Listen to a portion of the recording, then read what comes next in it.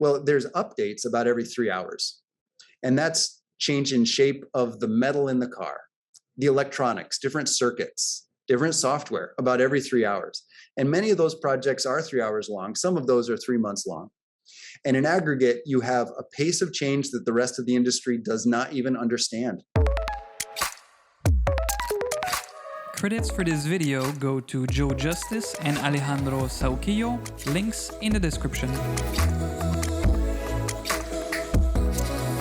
Most businesses want to reduce how much innovation happens for test purposes. Testing or homologation, making something road legal, that's usually a year long and $10 million, maybe more, sometimes $100 million per model.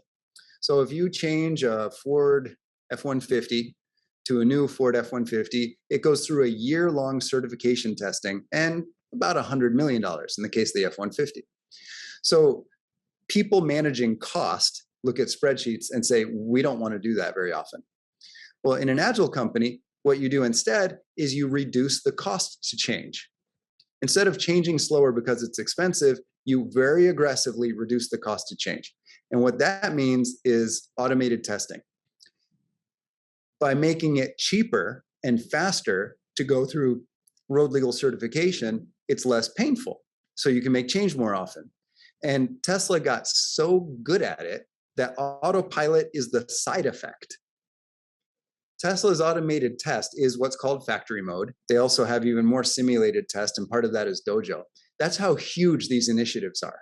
The R&D on Tesla's automated testing is more than a lot of companies' total valuation.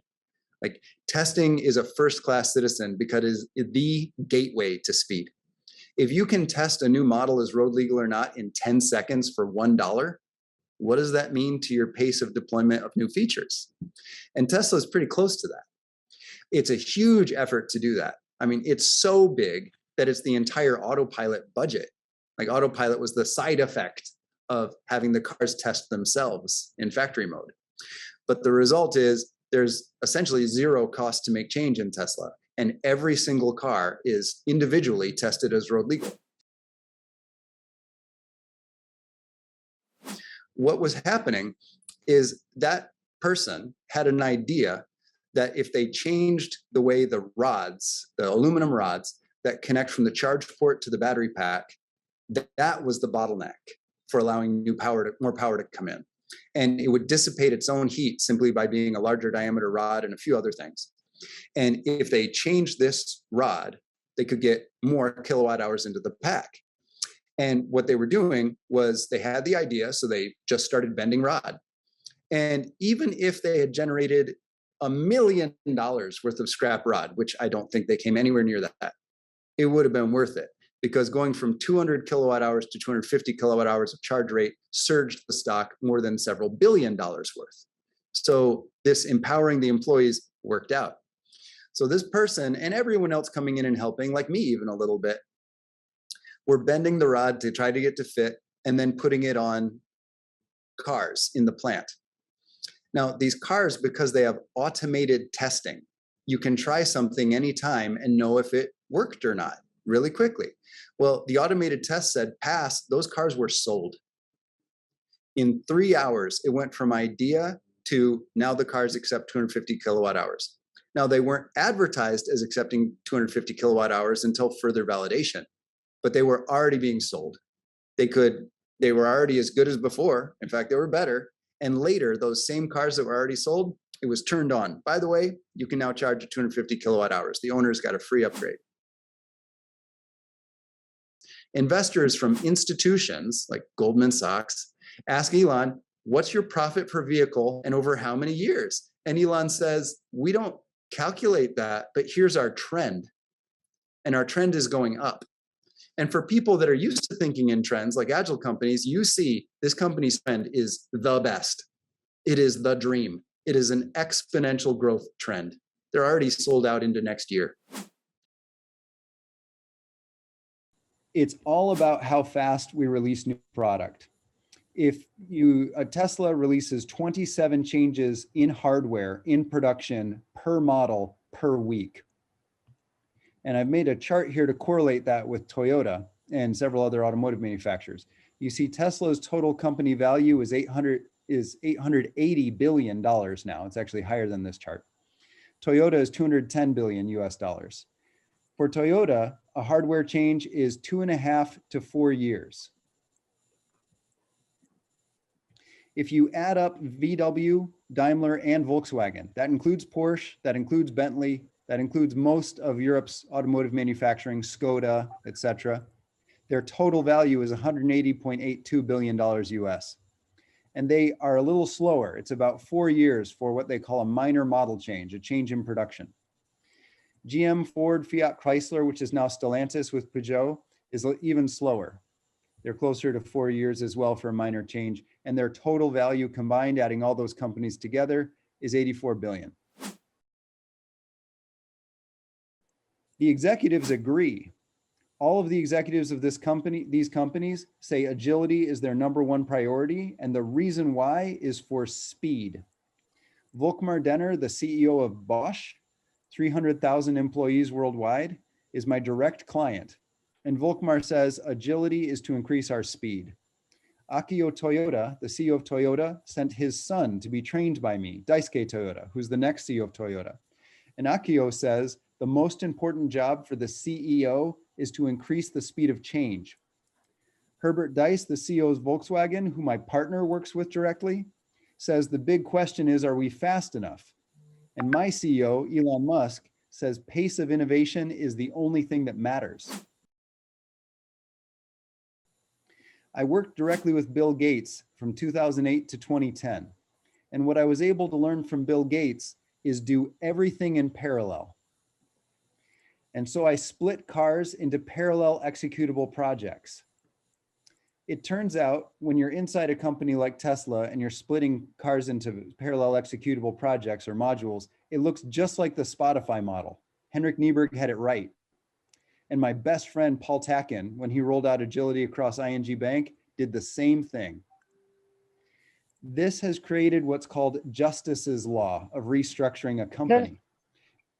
You cut your product into modules, and then each team has a module, and that's it. That's the company. The modules of the system define the structure of the organization, or more simply put, the modules of the product define the structure of the company. That's why when I work with a company for agility, it's a company restructuring. I had a chance to work with the leadership team at Amazon. Jeff Bezos insists to never have a meeting where 2 pizzas couldn't feed the entire group. Across Amazon, we commonly understand that to be 6 people. So now we have small teams owning a module of the vehicle. When I worked in Silicon Valley, I learned you have company as a service teams instead of management. These companies are flat. They have almost zero management. There's almost no hierarchy at all. It's too slow. Instead, you have company as a service teams to provide the security, facilities, human resources, legal defense, and the actual company is these module teams that integrate directly together to make the product in these very short cycles. When I worked with Elon Musk, what I really learned from Elon is there's no marketing department. Your only goal is what's possible according to the laws of physics. A lot of people don't understand when Elon Musk talks about first principles thinking. There's a lot of good logic around it, and Elon himself has said several pages worth of information. What it really translates to be inside Tesla is there is no product goal unless it's ultimately what's possible according to the laws of physics. There's no market segmentation. There's no minimum viable product. It's simply what is physically possible. That's your only goal. That allows the people leading the products, I'll call them product owners, to innovate completely freely without ever having to wait for marketing targets or ever benchmark another competitor. That, of course, changes how production works. All the robots in production have flexible hands because they're assembling different parts about every 3 hours. The parts themselves have known stable interfaces, just like a software API. This lets the teams iterate the designs very quickly. I summed it up in a tweet: automation in hardware and software and management with test in the loop is, in fact, the answer. Humans are for creative problem solving. Automation is for everything else.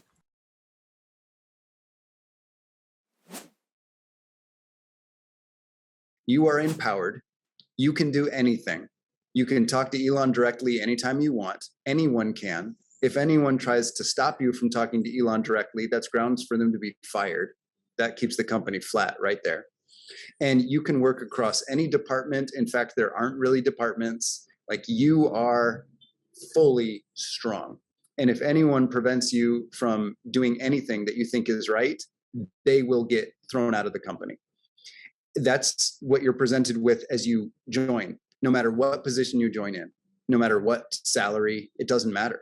Night shift, minimum wage, does not matter. That's what you get. And then whatever phone you walked in with is loaded with apps. I believe it was 24 apps at the time I joined. And these apps give you real-time progress on Tesla's finance and deliveries. There's things like, did a customer decline an order? You know that immediately. And you know, I should probably care about that. I should probably go to the root cause of why a customer declined that order. Was it because there was an issue with the seats they didn't like? The paint wasn't their expectation. What is it? And I should try to fix the root of that.